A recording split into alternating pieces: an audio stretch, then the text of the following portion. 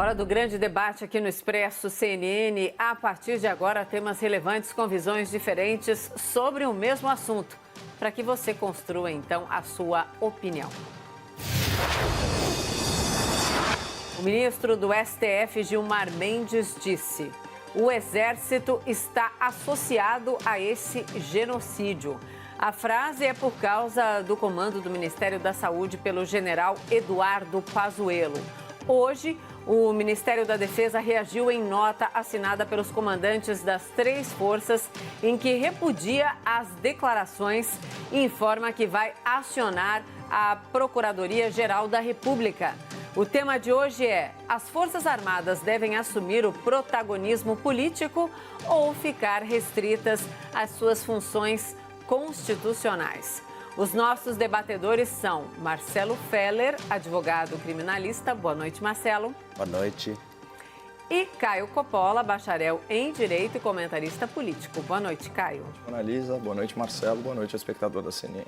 Começamos então com você, Caio. Suas primeiras considerações, então, por favor. Vamos responder à questão formulada no enunciado do debate, para depois tratar de outro ponto fundamental: a declaração possivelmente criminosa do ministro Gilmar Mendes, do Supremo Tribunal Federal. Aspas. As Forças Armadas devem assumir As Forças Armadas devem assumir protagonismo político ou ficar restritas às suas funções constitucionais. Bom, antes de mais nada, a gente precisa saber quais são as funções das Forças Armadas de acordo com a Constituição Federal. E o artigo 142, ele é muito claro nesse sentido. Marinha, Exército e Aeronáutica, elas destinam-se à defesa da pátria e à garantia dos poderes constitucionais, da lei e da ordem. Portanto, a imensa responsabilidade institucional das Forças Armadas extrapola a defesa nacional. Os militares, eles também respondem pela garantia dos poderes constitucionais e pelo próprio respeito à lei e ao Estado de Direito. O presidente do STF, o senhor Dias Toffoli, afirmou mês passado: não é mais possível Forças Armadas como poder moderador. Então percebam como essa crítica é falaciosa. Os militares não detêm o poder moderador, ou seja, uma autoridade superior para equilibrar tensões entre os poderes. Esse mecanismo político foi oficialmente extinto com a Constituição de 1891. Os militares detêm sim um poder garantidor. E o que significa garantir? Significa segurar, tornar seguro. O guardião da Constituição é, ou melhor, deveria ser, o Supremo Tribunal Federal. Mas os garantidores da Constituição são o Exército, Marinha e Aeronáutica. Ponto. É verdade. Ou seja, num ambiente de insegurança jurídica, de violação das leis pelas autoridades constituídas, de abuso de direito ou de prática sistemática de ações ou crimes contra o Estado e as suas instituições, a Constituição, lei maior do país, ela insta, ela compele, ela responsabiliza as Forças Armadas a defenderem a democracia. Isso se chama proteção, não repressão. Isso se chama garantir, não interferir. Isso se chama Estado de Direito, não Estado de exceção. Mas tirando as funções institucionais das Forças Armadas, também é necessário observar os direitos políticos fundamentais dos militares, isso também à luz da Constituição, que estabelece que todos são iguais perante a lei, sem distinção de qualquer natureza. Logo, todo cidadão patriota e vocacionado que segue a carreira militar também pode votar, também pode ser eleito e também pode ser nomeado para cargo público, claro que observadas aí algumas condições especiais. O que fica muito claro a partir da análise desses dispositivos é que a própria Constituição enseja a participação dos militares num governo civil. E num contexto de crise política, de decisões judiciais ilegais, de ingerência indevida entre poderes e dessa pandemia global, é natural que Forças Armadas ganhem protagonismo. E mais, segundo dados de 2019, do próprio Datafolha, que é um instituto de pesquisa ligado a um grupo de comunicação que faz oposição sistemática ao atual governo, 45% dos brasileiros confiam muito nas Forças Armadas e outros 35% confiam um pouco. Ou seja, 80% da população confia nas Forças Armadas. Isso é um recorde absoluto entre as instituições. Para efeito de comparação, nesse mesmo levantamento, só 8% dos entrevistados confiavam muito no Congresso e apenas 5% nos partidos. Olha ele! Olha ele! E aqui cabe uma observação tão importante quanto elementar, que é a seguinte: ao colocar militares reformados ou da reserva em cargos de livre nomeação do Poder Executivo, como ministérios, secretarias, diretorias, o governo Bolsonaro prestigia a instituição democrática que goza da melhor reputação entre a população. Então, considerando os dados dessas pesquisas de opinião, dá para cravar com uma razoável certeza que o povo brasileiro prefere ver militares nomeados do que políticos indicados. Com certeza. E essa era a prática comum, indicação de político, em governos anteriores, que loteavam os ministérios entre os partidos da base aliada e ainda compravam apoio político na base da propina. Mas retomando, as pessoas confiam nas nossas Forças Armadas e nomear militares é uma decisão de alto viés democrático porque prestigia a preferência popular. Aliás, confiança é uma palavra muito forte, muito simbólica, né? Na sua origem latina, ela tem como raiz o termo fides, que significa fé. Confiar é acreditar com fé. E eu, pessoalmente, faço parte dessa maioria esmagadora de 80% da população nacional que confia na instituição militar e na competência dos seus quadros, especialmente no oficialato, que é uma categoria já reconhecida pela sua excelência técnica. E entre esses oficiais, há um militar de alta patente, de múltiplas condecorações, que é o general Eduardo Pazuello. Há mais de 50 dias ele está à frente da pasta da saúde, respondendo aí pelos atos do Ministério na qualidade de ministro interino. E é legítimo criticar ações ou omissões do Ministério, mas é incorreto afirmar que esse Ministério está desgovernado. Existe sim uma liderança forte e com formação militar. Por isso eu acho muito impróprio qualificar a ausência de um ministro titular como um ato de descaso com a pandemia. E é uma insensatez afirmar que o Exército está se associando a um genocídio, como disse o senhor ministro Gilmar Mendes. Mas esse assunto eu pretendo abordar aí na minha próxima fala. Marcelo, suas primeiras considerações, então, por favor. Boa noite, Mona Lisa. Boa noite, Caio. Boa noite, pessoal. Em 1º de abril de 1964, e com um agradável discurso de que eram necessários para pacificar a nossa sociedade, os militares tomaram o poder à força. Como é que é? Ficariam pouco tempo, segundo o discurso. Na prática, ficaram quase 25 anos. Esse passado recente e bastante traumático não dá para ser apagado.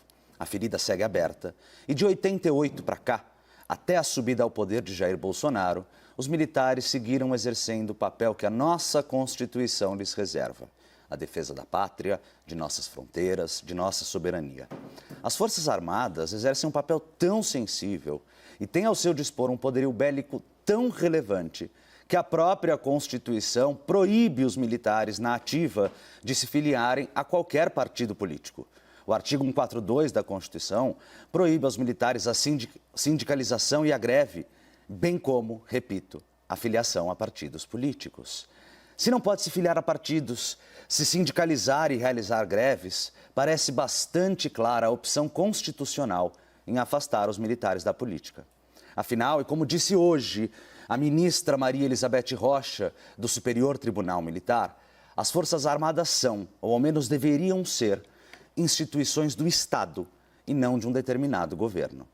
A política governamental do presidente Jair Bolsonaro segue caminho completamente oposto.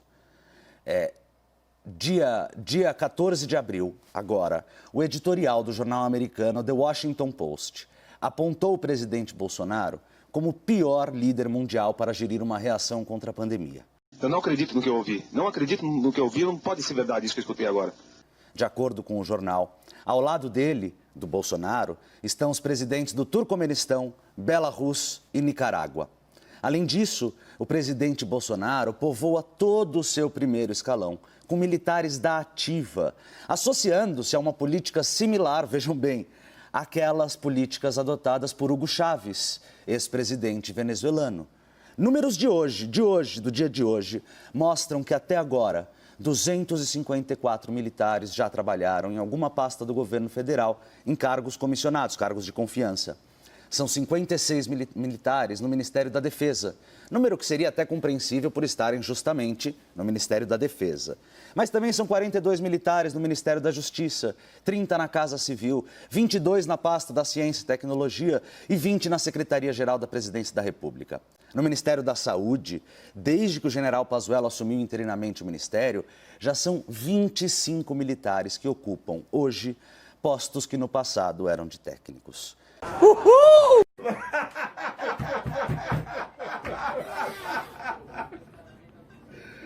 A militarização da política pelo governo Bolsonaro é evidente. Os números mostram isso. E os números também mostram, lamentavelmente, que o discurso e a postura do presidente da República são diretamente responsável por pelo menos 10% dos casos de Covid no Brasil. Um estudo científico feito em conjunto por professores de economia das universidades de Cambridge e da Fundação Getúlio Vargas, feito com Big Data, com base científica, comprovou estatisticamente que os atos do presidente influenciaram pessoas que passaram a adotar posturas arriscadas frente ao vírus, contaminando-se. De acordo com o estudo, isso não é opinião minha, Jair Bolsonaro é diretamente responsável por 10% das mortes. Fala, não me diga! Se já ultrapassamos o tristíssimo marco de 70 mil mortes, a postura de Jair Bolsonaro seria responsável diretamente por pelo menos 7 mil mortes. Tem demência? É errado, juridicamente, falar em genocídio? Sim, é errado do ponto de vista jurídico. Mas social e politicamente, como chamar alguém que é diretamente responsável por pelo menos 7 mil mortes? Veja, não sou eu que estou falando, não estou dando opinião sobre o assunto. É o estudo, repito, Universidade de Cambridge e GV, que provam, por A mais B, que as condutas deles são responsáveis por pelo menos 7 mil mortes. Não é o exército que é genocida, é o próprio presidente, politicamente falando. E, de fato, as Forças Armadas estão perigosamente se associando, dia após dia, ao presidente. A palavra, o genocídio, ainda que juridicamente errada, tem força política. A mesma força política e não jurídica das Forças Armadas ao afirmarem que mandarão para o Procurador-Geral da República a fala do ministro Gilmar. A fala foi de fato infeliz, especialmente no momento em que o país precisa, e todos nós precisamos, de equilíbrio. Infeliz, mas definitivamente não criminosa. Criminoso, esse sim, o nosso presidente. O ex-secretário da Saúde, Wanderson Oliveira, contou que em março o Palácio do Planalto foi avisado que a estimativa de mortos pela pandemia seria de 100 mil pessoas em 6 meses. 4 meses depois, estamos em 70 mil. A projeção tem se mostrado bastante acertada. E o que faz o nosso presidente, além de, nas palavras do ex-ministro Mandetta, ter realizado um desmanche do Ministério da Saúde no meio da maior pandemia do século? Jair Bolsonaro tem dito, repetido e agido, com um sonoro "e daí?". Se não tem intenção de matar tantos, no mínimo, não se importa com suas mortes. É aquilo que no direito penal a gente chama de dolo eventual. A pessoa prevê o risco, é avisado, mas não se importa.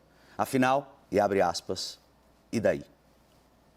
Caio e Marcelo, vamos então ao debate, por favor.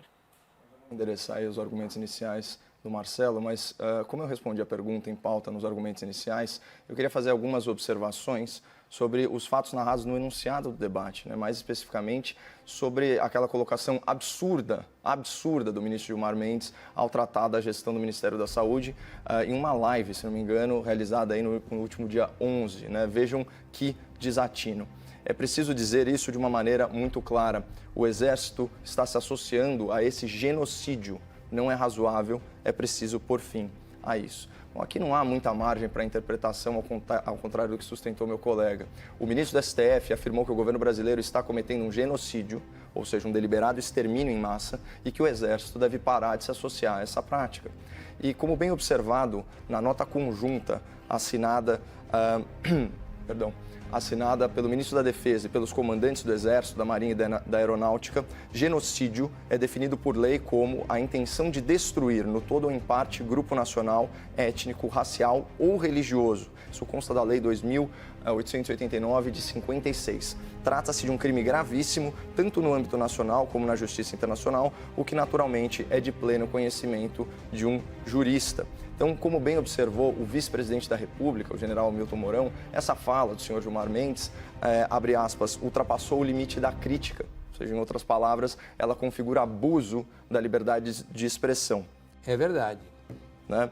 E mais, eu acredito ser possível que esse disparate seja interpretado sim como um crime, especialmente se nós considerarmos que a Lei de Segurança Nacional, antes chamada pela militância progressista de entulho autoritário, foi ressuscitada para punir injustamente, com rigor excessivo, os apoiadores do governo. E pau que bate em Chico, pelo menos deveria bater em Francisco.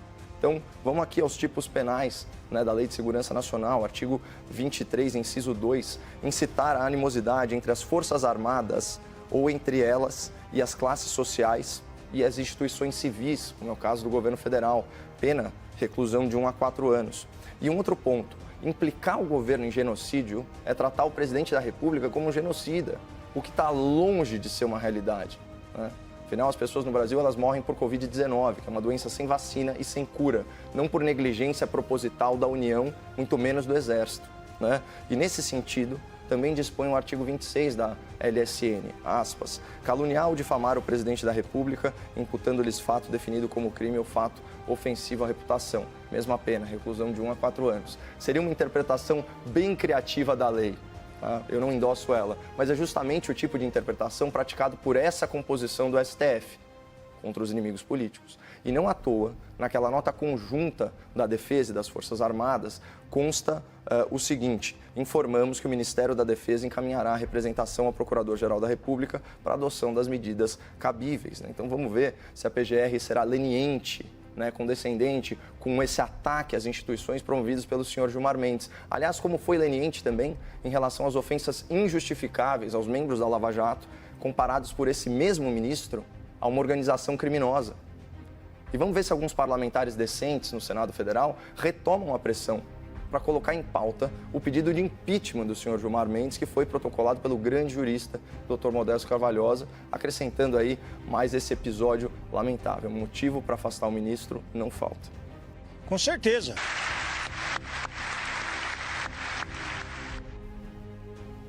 Lá, Marcelo, nesse argumento complementar do Caio, vamos dizer assim, foram 3 minutos, então use o tempo aí como vocês quiserem para o debate, mas claro, com a referência de que você tem um tempo de fala também.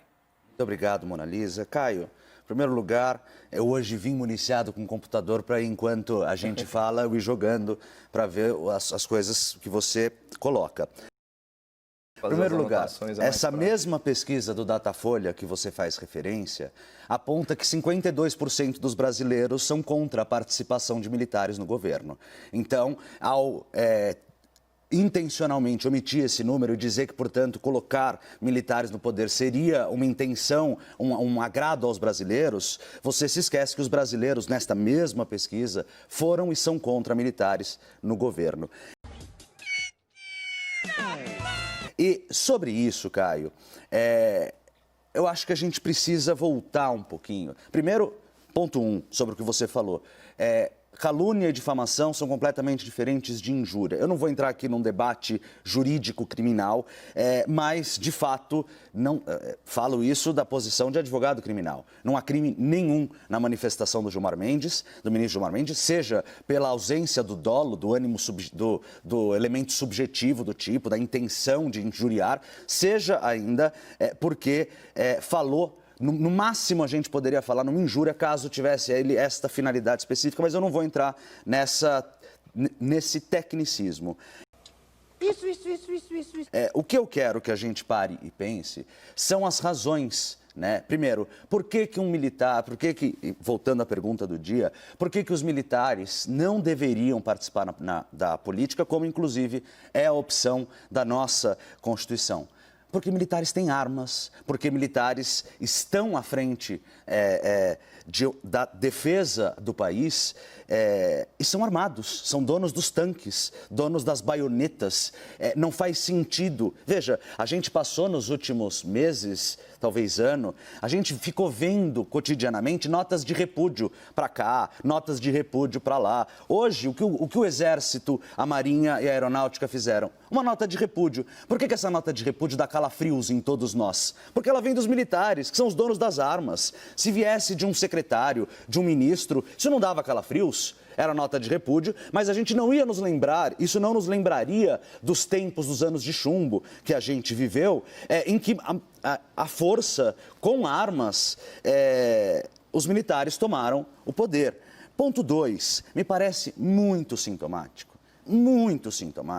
do autoritarismo do nosso presidente querer colocar sempre militares. Os militares têm uma formação diferente da formação civil normal. Eles têm uma hierarquia muito rígida, obedecem o seu superior hierárquico sem perguntar, simplesmente cumprem ordens. E se a gente pega justamente a política do presidente Bolsonaro, no sentido de que, e todos nós vimos isso dentro do Ministério da Saúde, cada vez que entrava um ministro da Saúde técnico que não queria ficar falando de cloroquina, não queria criar um protocolo sobre isso, o que ele fez? Colocou um militar que este sim vai obedecer cegamente às diretrizes que o presidente, que não é médico, não é técnico no assunto, as diretrizes que ele colocar para os seus subordinados, porque ele é o comandante em chefe das Forças Armadas, que vão obedecer ele hierarquicamente e sem dizer, olha, presidente, acho que você está fazendo uma grande besteira que vai ocasionar a morte aí de milhares de pessoas.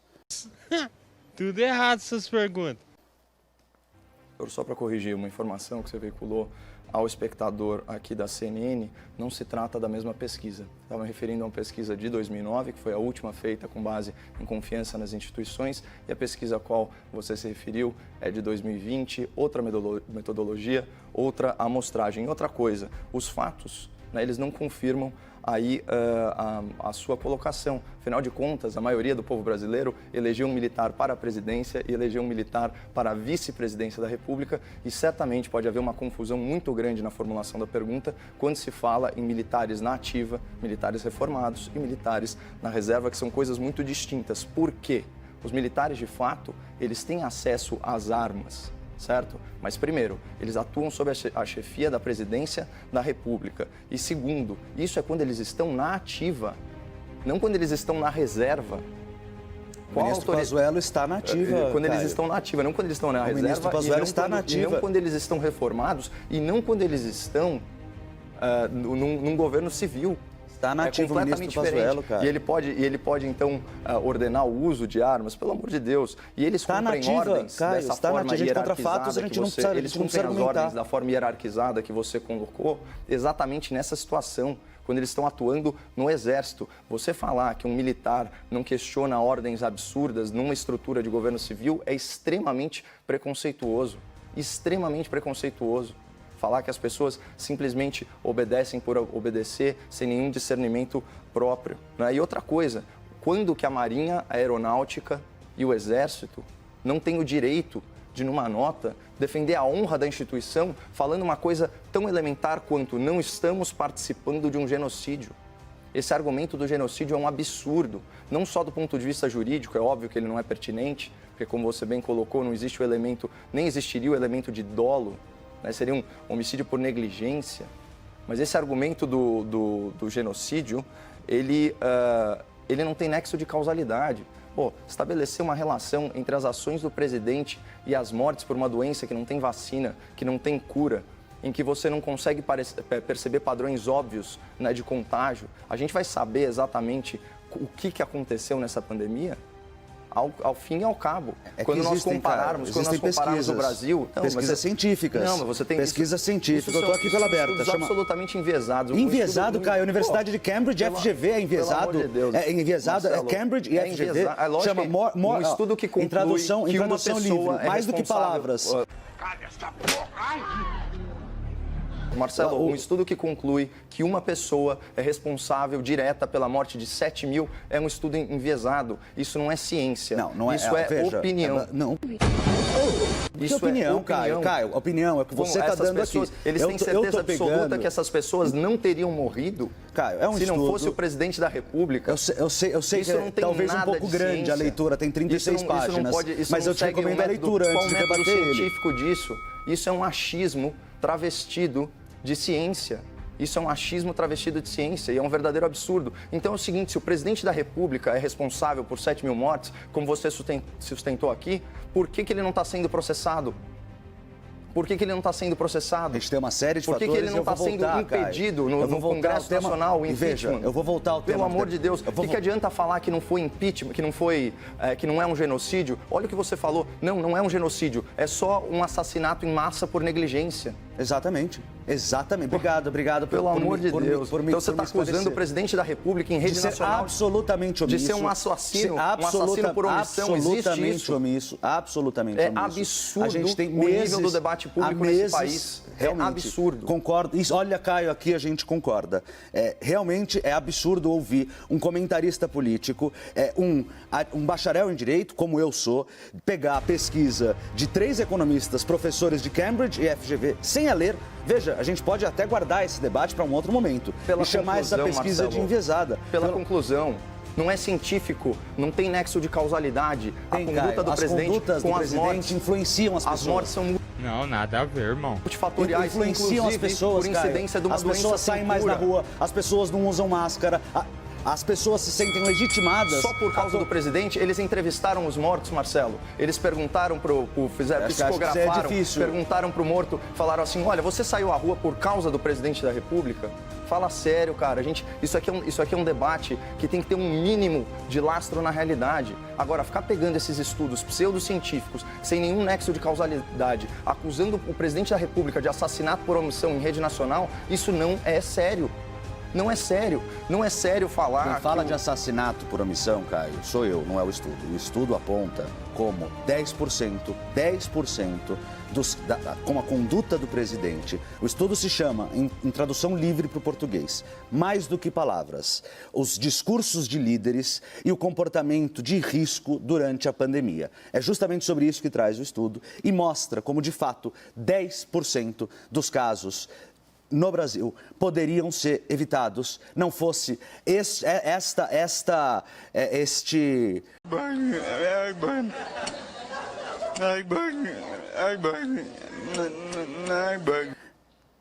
Os discursos e o comportamento do presidente durante esse período. Mas eu ciência do futuro do pretérito, né? Então também vamos chamar de genocida o governo lulopetista pela corrupção, o governo lulopetista pelos bilhões já não tá mais há 5 desviados anos do Brasil. governo. Não, mas é Já não tá o mais mesmo há 5 anos critério. do governo. Ué, se você tem um estudo já, você quer falar disso? Você tem um estudo da Lancet falando que a cada 1% de taxa de desemprego, a mortalidade sobe 0,5%. Se você pegar os números do governo Dilma, em decorrência da crise que ele causou, e fizer a conta de quantos brasileiros acima de 15 anos morreram em função da corrupção, e vamos pegar também as mortes nas filas de hospitais, pelas estradas esburacadas, né? Vamos pegar então todas essas mortes e colocar na conta do Lula e vamos processá-lo por genocídio. A gente está no Isso meio é um de uma absurdo pandemia, que você está falando. cara. A gente está no meio de uma pandemia. As coisas são multifatoriais. A gente está no meio de uma pandemia e está discutindo, as omissões do presidente. Mata muito mais e matou muito mais que essa pandemia, muito mais ao longo de 2 décadas, se a gente considerar isso.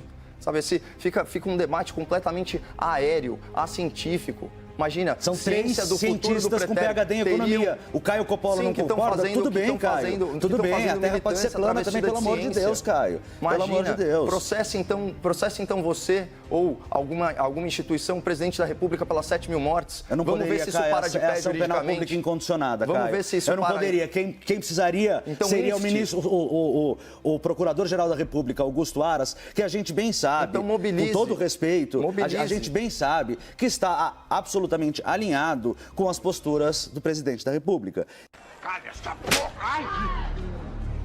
Então, Caio, eu não poderia processar o presidente por isso. É uma ação penal pública incondicionada. Nenhum partido político poderia processar o presidente da República por isso. Só uma pessoa caberia essa decisão.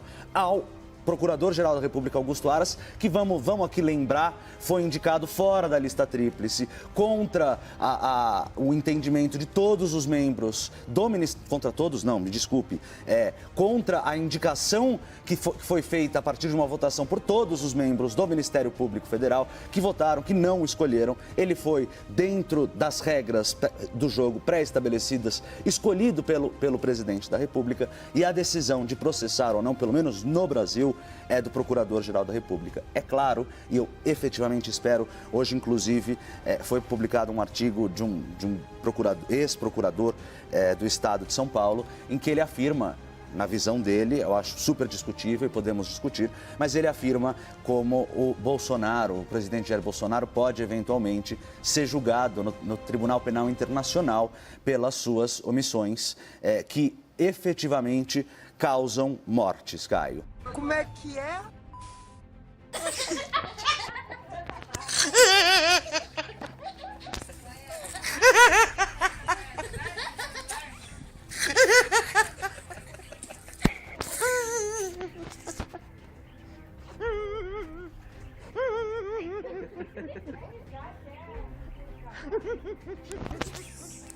Isso não sou eu que falo, não é a opinião do Marcelo. São 3 economistas, PhD, 1 de Cambridge e 2 da FGV. Ah, mas você corrobora isso. Então, em rede nacional, você vai falar que o presidente da República é responsável por 7 mil mortes. As omissões dele levam a isso, Caio. Tá ótimo. Levam Bom, a isso. eu acho importante Levam a isso a gente- e eu assino embaixo. Nós só vamos tornar o debate um pouco mais produtivo.